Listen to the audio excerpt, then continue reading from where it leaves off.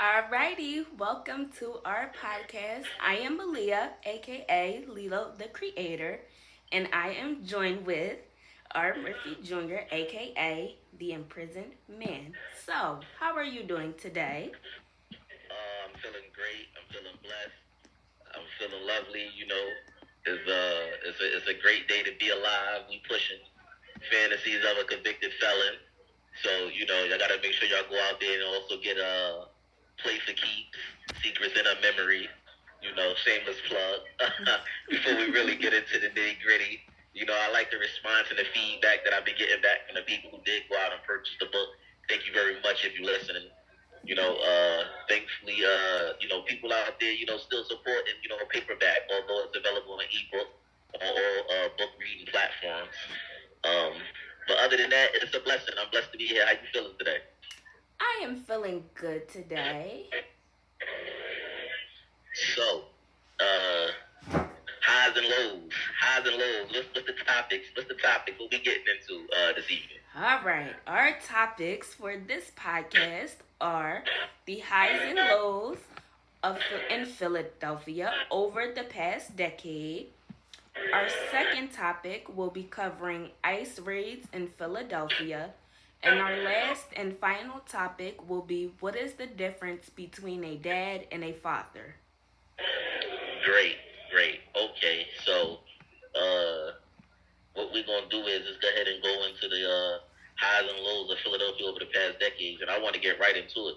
Um, what have been what has been Philadelphia's biggest accomplishment over the past decade that you Well, would say like from my perspective, I would definitely say one of our biggest accomplishments was the Eagles winning the Super Bowl.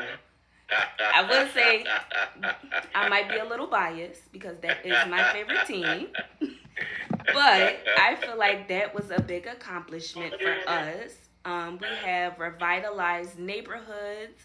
Areas like Fishtown and Northern Liberty saw a big growth and development. We have expanded public transit projects and growth in tech and startups. And we're also hosting major events.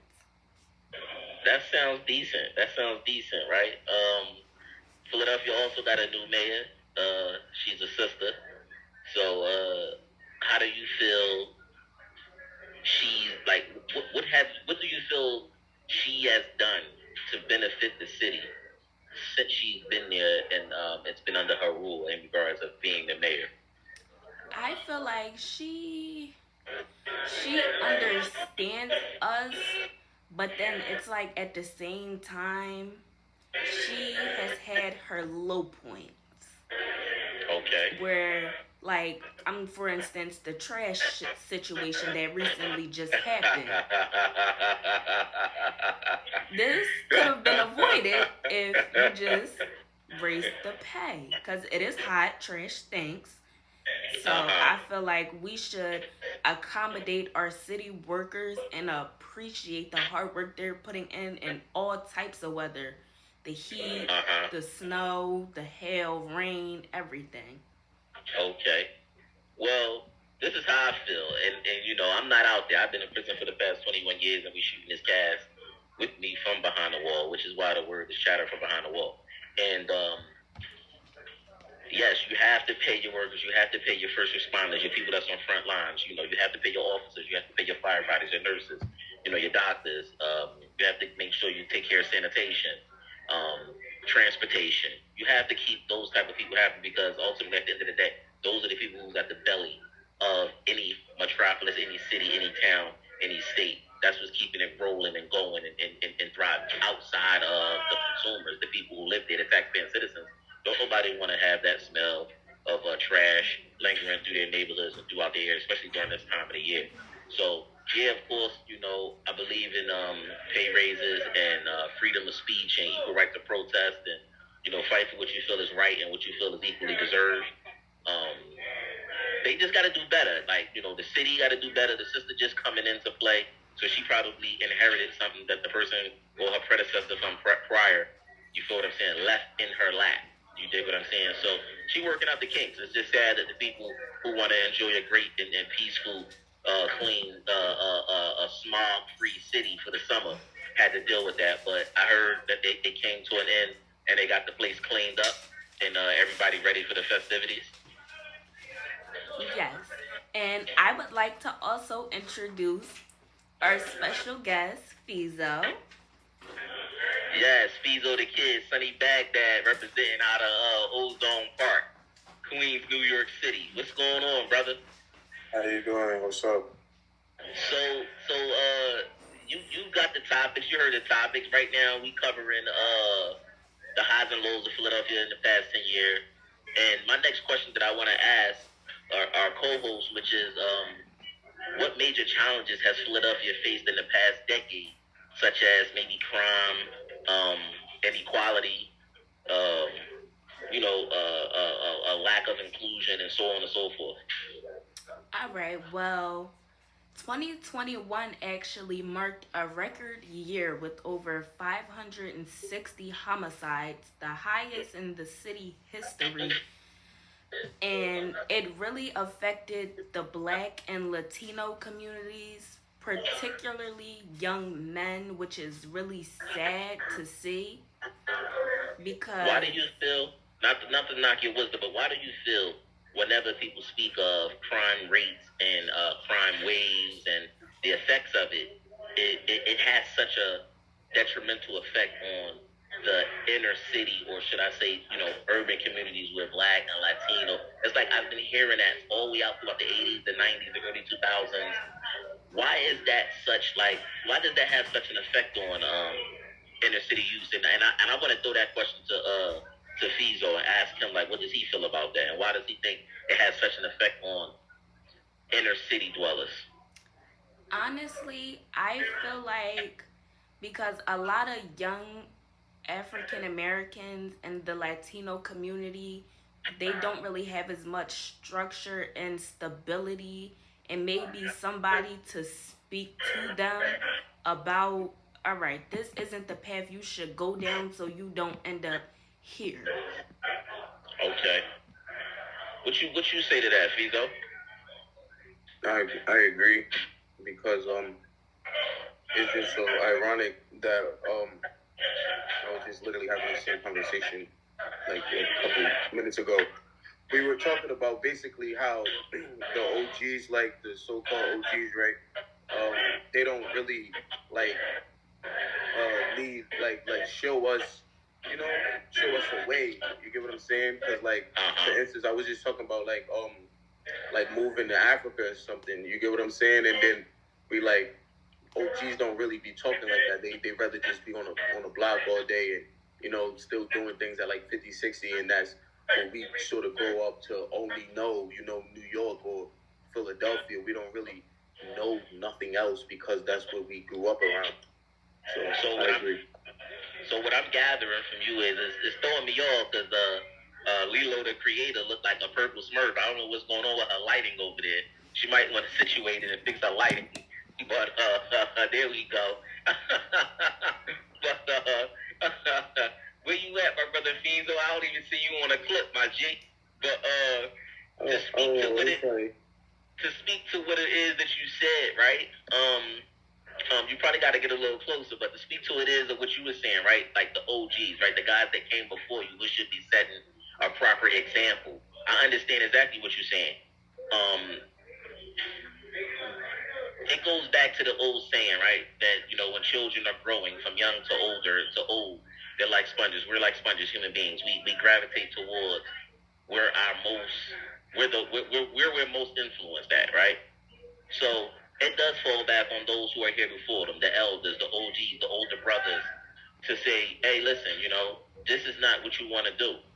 But they can't say those things and encourage these younger youths to go in a different direction because they're doing the same thing. Or it's this bad stigma that I'm learning is going around with a lot of the younger generation now. Their thing is well, you did it. Why can't I do it? And the thing is it goes back to what Hov said. Hov did that, so you don't have to go through that. So you got most of these guys that they're trying to emulate, whether it's the local guy from around the way or it's the rapper, right, who they believe will think is still in the mix of it because he's talking like that. He's making this drill music, and I want to get to that point. Do you feel that today's music have anything to do with the way these younger youths think and conducting themselves, Fizo? Yes, I agree. So you agree that a lot of today's artists bear some form of responsibility in the form of mentorship / role modeling, and they've been given a platform, and that's a topic that we want to cover. And I hope that you come back in on a co-host tip so we can touch that. And the name of that topic is going to be mismanaging your blessings and properly managing your blessings. You got a lot of brothers out there who are blessed to have these platforms, but what are they really using these platforms for? It's as if they're dumbing down the use. And I don't mean to seem so harsh or to sound so old, but it's as if they're dumbing down the use with the type of music that they're putting out. And then these kids are so influenced because there's not a father in the house in most cases. Mom trying to do the best she can with what she know. So it's almost as if the music is raising the kids today, and the choice of music is so poor, so it reflects in their behavior and in their attitude. It's deplorable to me, but I definitely feel that today's music has a big hold on the youth today and have a lot to do with a lot of the inner city violence. And I'm gonna say it. I'm coming from the same place a lot of these rappers say they come from. I'm living it. I'm living it right now. 21 years in prison, and I can say unequivocally, with no shame, that a lot of the music bears a lot of the responsibility for why a lot of the inner cities look the way they look. For them and those who don't like how I said it, feel how you want to feel. It's about ownership and accountability. And this is what we do here on this joint. We don't hold our mouth to ground for nobody. How do you feel about that, Lilo? Honestly, I feel like the music nowadays does have a strong impact on the youth, and I can say I've seen it firsthand happen with friends of mine and also with my brother. When I was younger, he used to listen to a lot of that, and now he's in jail for what he chose to do. And he's trying to like live out or emulate what he was hearing coming through them speakers.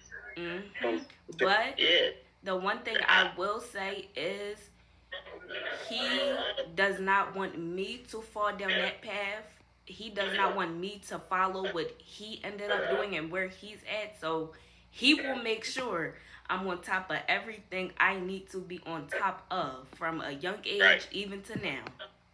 Right. That's great. At least, he's not, continuing a cycle by just allowing you to think that the things that he did were okay. So at least in that way, he's trying to take some type of ownership and accountability. But in what ways has Philadelphia improved access to education, healthcare, or public services? All right. So, for education, more local control and updated curriculum. We have spent over 100 million on standardized high quality curriculum, math, ELA, science across schools. For healthcare, we have more health centers. A state bill in June of 2025 allows a new city health center on Friends Hospital campus, which brings primary care as an adult, pediatric, prenatal, dental, behavioral, etc. Cool. So my next question to you would be, Lilo, is what should be the city's top priorities for the next 10 years? Honestly, I feel like the city's top priorities should be working on more gun violence acts to help push out a positive word based on a mass shooting that just happened in South Philly a few days ago. Feel like the gun violence funding can really be used. We can get more school funding, maybe for after school programs, summer camps, stuff like that, to actually keep kids entertained, but also they're learning at the same time, so they would want to keep learning. Yeah. That sounds like dead on. I mean, I really couldn't say much more to that. You got to give the youth something to do, right? So it's really close to 3 different generations right here on this podcast right now, speaking, right? And in regards to the different age brackets that we're all in. And I believe that we all can agree that you have to give the youth something to do. You can't tell them to put the gun down, put the drugs down, go to school if you still have no outlets and you're not, you know,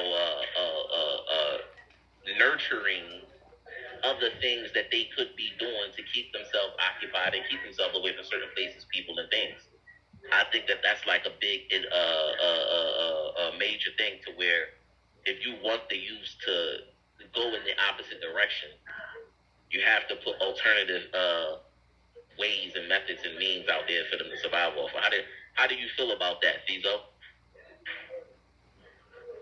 I agree, but there's not a lot of outlets that the youth are engaged in nowadays. Like, yeah, for instance, nobody that I know under the age of like 16 play video games anymore. Wow. Where the mother? Like, they not playing no video games. They don't even want to go play basketball. So mothers went from trying their hardest and damnedest to get their kids from in front of the screen to the kids don't even pay no attention to the screen, is what you're saying? Yeah, they don't play video games no more. Wow. So it's the adults that's playing the games, and the kids who should be playing the games is doing what? They outside. They outside. Partying. Like, I ain't even gonna say they like doing violent things because they're not. Most of them, they just outside having fun. You know, they exploring. They're doing other things. They not home no more. Yeah, but do you think? Day and age, I guess. Do you think more structure is needed for the youth today to kind of deter a lot of this gun violence and a lot of this misled behavior that's taking place? Yes. Yeah, more structure would be, but you can't. I don't know. I would just say like give them something to do. You know, not to be harsh or anything. Like a drug addict. You know. Yeah. Like you give them something to take their mind off of using the drug. So basically, instance, if we live in the hood. Every day you wake up and see, what we see every day. What you're gonna do. But if you wake up and like day trip. When we were younger, no doubt, field trips and stuff. So basically, stuff like that. Different ways. You agree with what I'm saying? You just formulating it in a different way. You're basically speaking about structured activities. You feel what I'm saying? Having your day structured. Like you're gonna be here at this time doing this. You'll be here at this time doing that. Then you'll be over here doing this. I feel it should be a lot more PG, a lot more parental guidance and structure. But whatever it may be, riding dirt bikes, riding skateboards, riding BMX. You feel what I'm saying? Riding motocross, learning, getting outside the box. Go learn golf. Do something. You feel what I'm saying? Some initiative programs should be taking place. You know what I'm saying? To step in. And with that being said, and both of you can kind of weigh in on that. How has community activism or grassroots organizations brought about positive change in the cities, New York, Philadelphia? Either one of y'all could step up. What organizations and groups are out there to help affect this change and provide this structure? You want to take that, Lilo? All right. Well, like I said before, they do have the gun violence acts. They do have groups.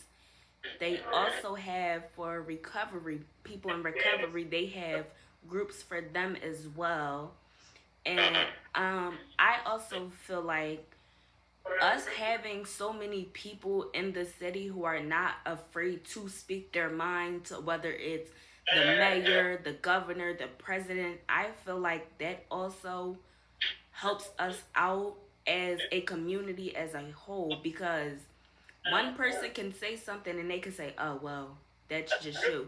But when a group of you speak out and say, this is what we want to change in the city, this is how we should operate the city, that helps us a lot, because that tells them, okay, they are really determined to make their city a safe space for not only them, but maybe for their kids, their grandkids, uncles, aunts. Okay. So, Fizo, what do you say in regards to people stepping up and trying to create these positive and safe spaces and constructive, regimented things for the youth, alternative things for the youth to do? What are you seeing in New York and Queens? Um, they have where's that, the police academies, whatever that is. I forgot what that was called. Yeah, In the they PAL, had that. They had that back in the days. Yeah.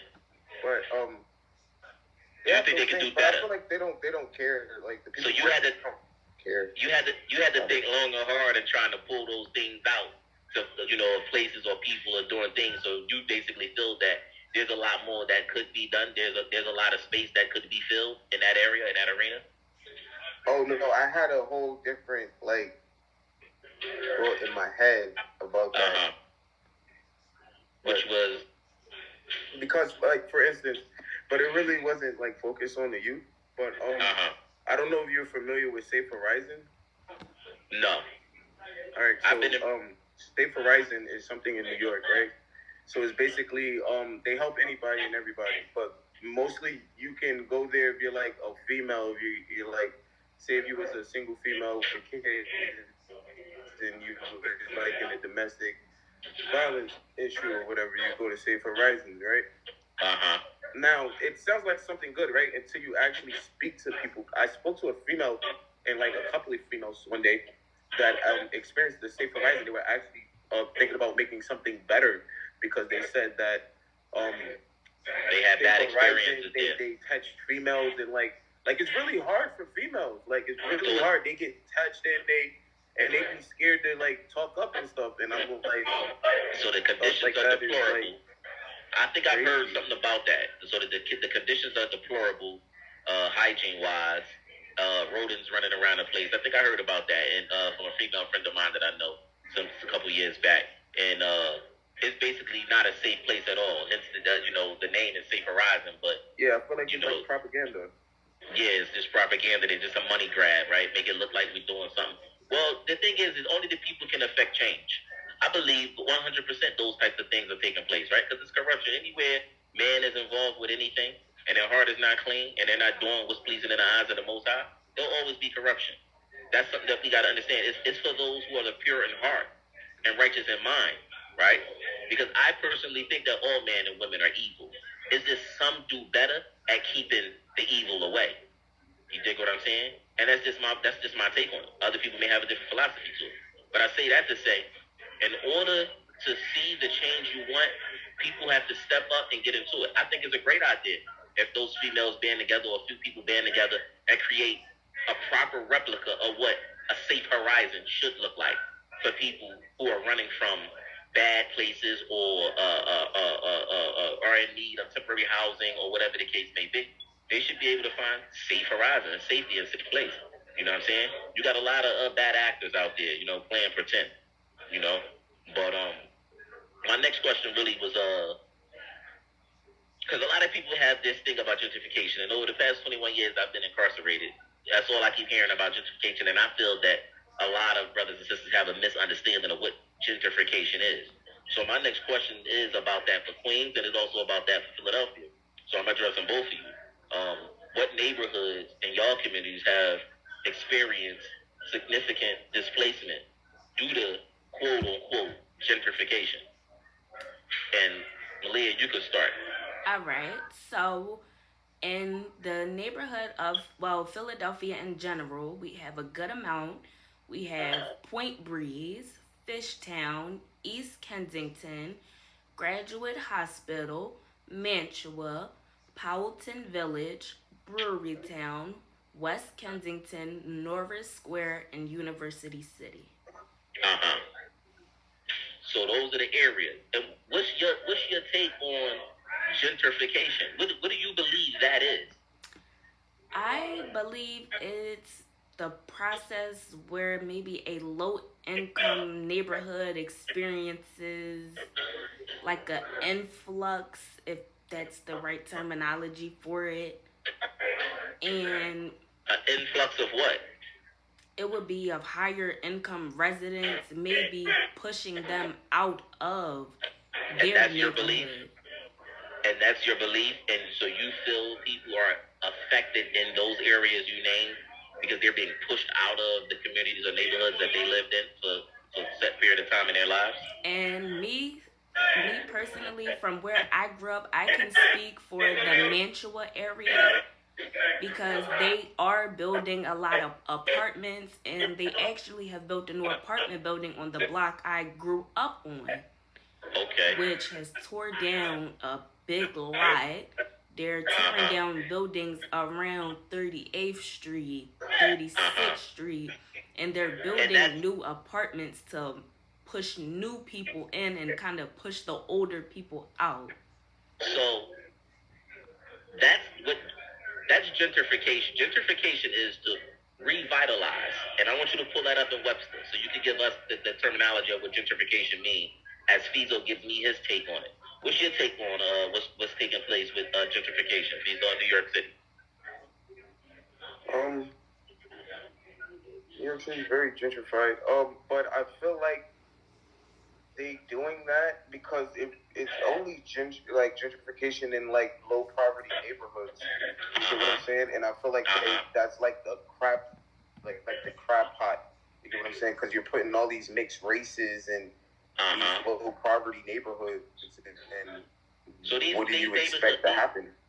These what we would call rundown urban inner city areas were the melting pot, right, of America, where all forms and types of immigrants came, and they were slum areas. Some people made it temporary homes. Some people have made it long-term homes. But do you believe that gentrification is a bad thing? No. No? No. Great answer. Great answer. So, Lilo, what's Webster's definition of gentrification? All right, it says gentrification is the process where a low-income neighborhood experiences an influx of higher income residents, leading to increased property values, renovation, and changes in the neighborhood's character. Renovation and the changes in the neighborhood's character, right? So we should have been the custodians of our neighborhood, these melting pots, these areas that we chose to make our permanent home. So many people have passed through. Speaking of Caucasian Europeans and so many other different races, they come temporarily, they stay, they move on. They may or may not have purchased homes in those areas. Some may have not. But those who have, for so long, throughout the 80s, they called the Bronx the burnt down Bronx, right? And neither of you are old enough to kind of know or remember those times. Even if we're talking about Philadelphia, a lot of those areas that you named, Lizzo, those was very undesired and downtrodden areas that the people who chose to stay in those areas, who so happened to be, for lack of better terminology, people from I'm going to use a proper term, people from the African diaspora, right? People, coming from Puerto Rico, Dominican Republic, and Jamaica, and Trinidad, and Africa, and the deep South who migrated up into these areas. They made these areas their home, right? But what didn't take place is the people who made these areas their home, not everyone, but a large majority, put no stock in the neighborhoods. They tore them down. I tore my community and my neighborhood down. Right? I made hundreds of thousands of dollars during the crack epidemic of not only poisoning my own people, but along with poisoning my own people, I tore my neighborhood and my community down because I didn't revitalize it. I didn't gentrify my neighborhood.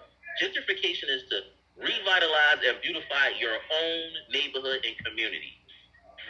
A natural occurrence that takes place when you beautify your own neighborhood and your community, when you buy these fixer-uppers, when you buy these abandoned buildings, and you fix them up, and you get in touch with the city, and you pull your permits, and your remodel of your home that you remodeled is now on the books, and that square footage, right? You have an ARV, right? Estimated renovated value. Once you renovate and gentrify, the property value is automatically going to go up from the city. The city want their money because this house is now worth more. So because this house is now worth more, the person who owns it has to charge a higher rent. The people who have been living in those communities for so many years, those who didn't partake in ownership, those who didn't partake in revitalization, those who didn't partake in buying and taking pride in their own community, they are now being pushed out.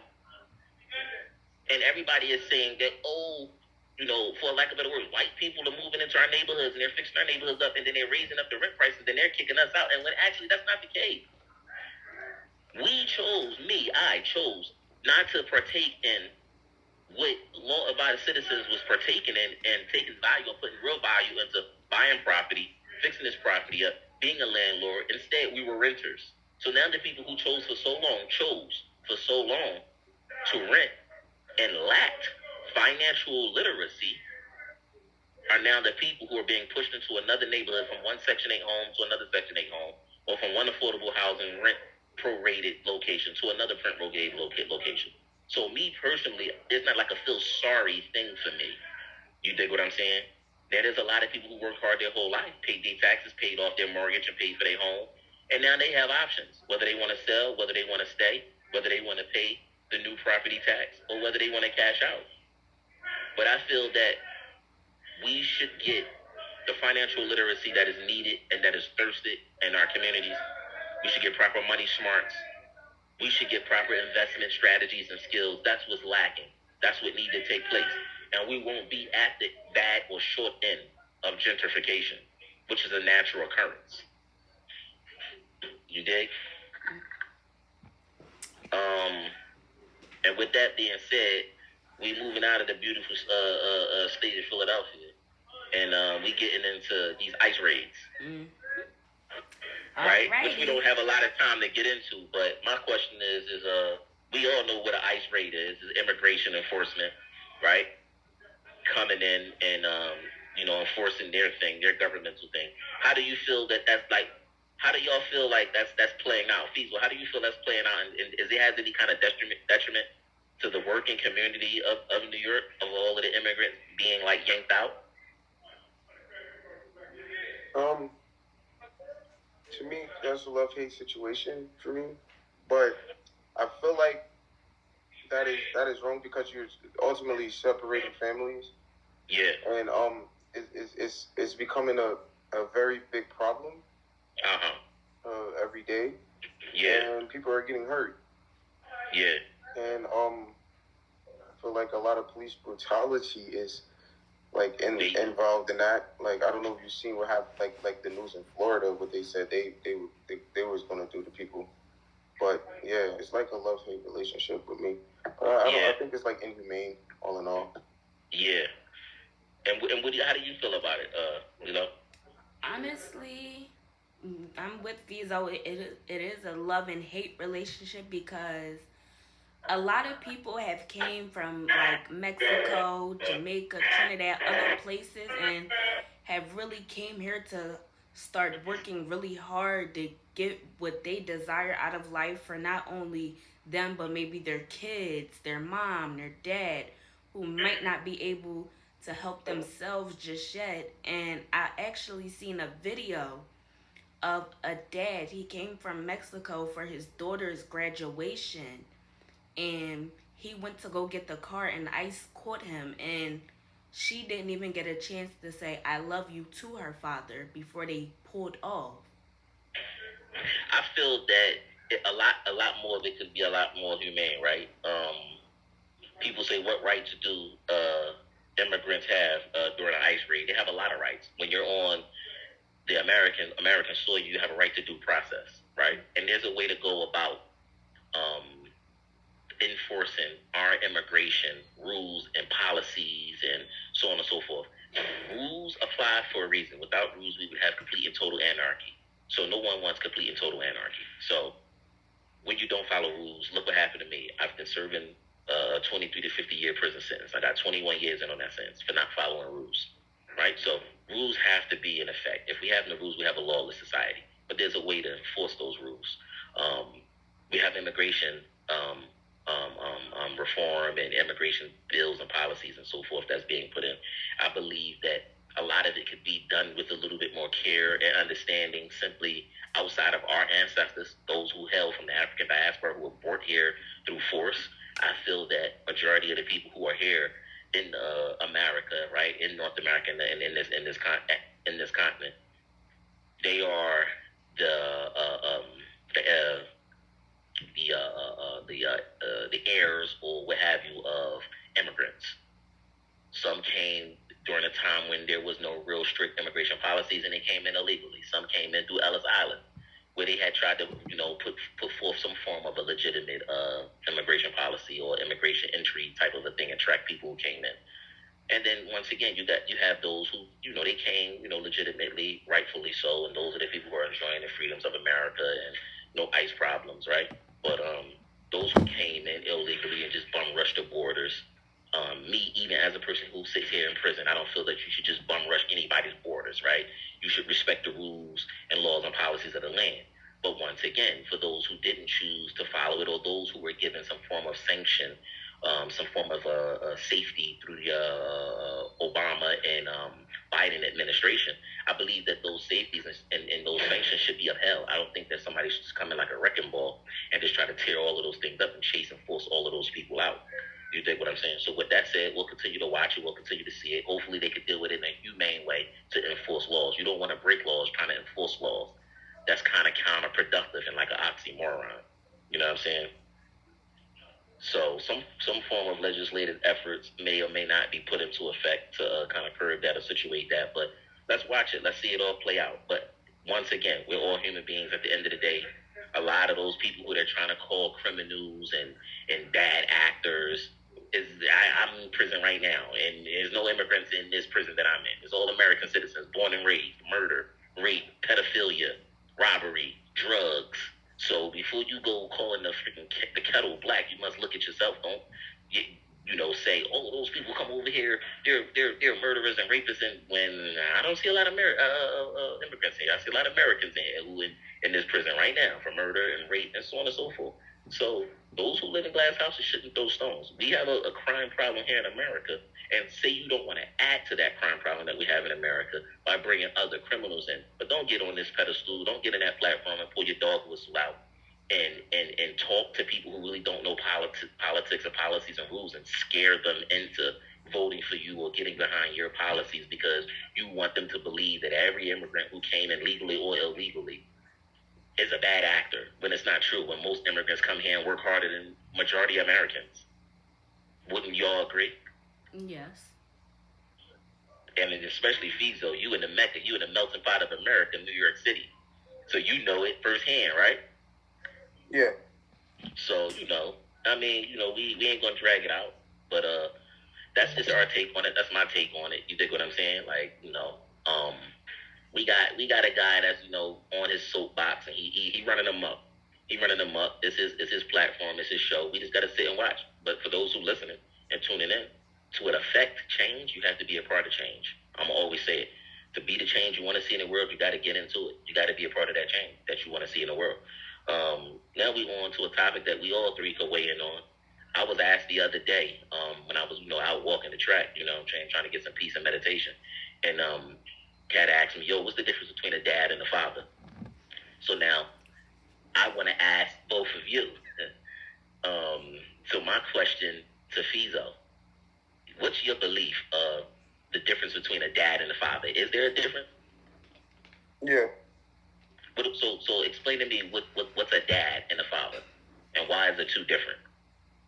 So to me, like a dad, like when you say dad, you would feel like somebody that raised you. You get what I'm saying? Like, that's my dad. He raised me. You get what I'm saying? But that's not your biological father. That's your father's your father. You know what I'm saying? Like, he had you, but your dad could be like your mom's boyfriend, but your mom and that guy have been together for 17 years. You get what I'm saying? And he's been taking care of you like a father, but that's your dad. He's not your father. Okay. You know so could a dad be a father? I feel like father, when you say father, like that father title is biological. You know what I'm saying? I wouldn't. Okay. So I would have to disagree with you, but we gonna hear what Lilo got to say in regards to that. What's your take and what's your belief on that, Lila? All right. So, me, The I different. feel like the difference between a dad and a dad, in my opinion, anybody could be a dad, honestly. Okay. But All a right. father, it takes a real man to step up, biologically or not. A stepdad can become a father because he stepped up and took his role into being there constantly for you when maybe your dad wasn't, or making sure you have the structure in life that you need to make sure you do nothing but succeed in life, instead of just playing a bag, only contacting you if it's about certain things. He's Uh-huh. actively in your life, checking up Uh-huh. on you every day, making sure you're okay, and not just for a specific reason do they want to speak to you. So I have to agree with you, Lilo, and that's my belief and that's my take. A dad is something that you become, and I'm not Webster's dictionary, but this is just my take on it. A dad is something that you become, right? So you have a child, you lay down with a woman, you procreate, you have a child, and then you're in the hospital. Now, a child is born, and they say, "Oh, congratulations, you're a dad now," right? So I believe that anyone who has a child is a dad, right? But the next step is rearing the child. The next step is playing a pivotal and important role in molding that child, right? That's where a father comes in at. A father is one who comes in and teaches the child. He's there as much as he possibly can, day to day, to guide that child, to give that child the proper parental guidance, the proper toolage, the proper role model and person to look up to, that shoulder to cry on, that person that they can come to and say, "Hey, look, Dad, this is the case," or "This is that, this is the case." You rear them. You're their friend. You're their dad. You're their father. Most importantly, at the end of the day, tell them when it's right, tell them when they're wrong, even when they don't want to hear it. I personally believe that a dad is what everyone becomes. Stepdad, biological dad, but you steps into fatherhood when you take on the day-to-day responsibilities to be a father. That's why it's celebrated and it's not called Dad's Day. It's called Father's Day. They celebrate those who were there on a day-to-day basis. So how do you feel about the philosophy between a dad and a father now, Fizo, now that you've heard my opinion on it? I would have to agree with you. The way you put it, the way you put it was kind of smooth. Okay, okay. Made really perfect sense. Yeah, that's why you got this one term, be a father to your child. You dig what I'm saying? You have to be that constant, that role model in that particular person. And we're running out of time due to my constraints behind the wall. I want to wish everybody peace, love, uh, be the best you that you want the world to see. You define what's cool. Don't allow no one else to define what's cool for you. Honesty, sincerity, those are all the things that make you a decent man or a woman. Do what is pleasing in the eyes of the Most High at all times, and you can't go wrong. Things will go wrong, but what you have to understand is the pen has been lifted. The ink is dry. What is written and what it will be, will be. What the Most High has for you is for you. And Fizo, you got some parting words you want to leave the people with?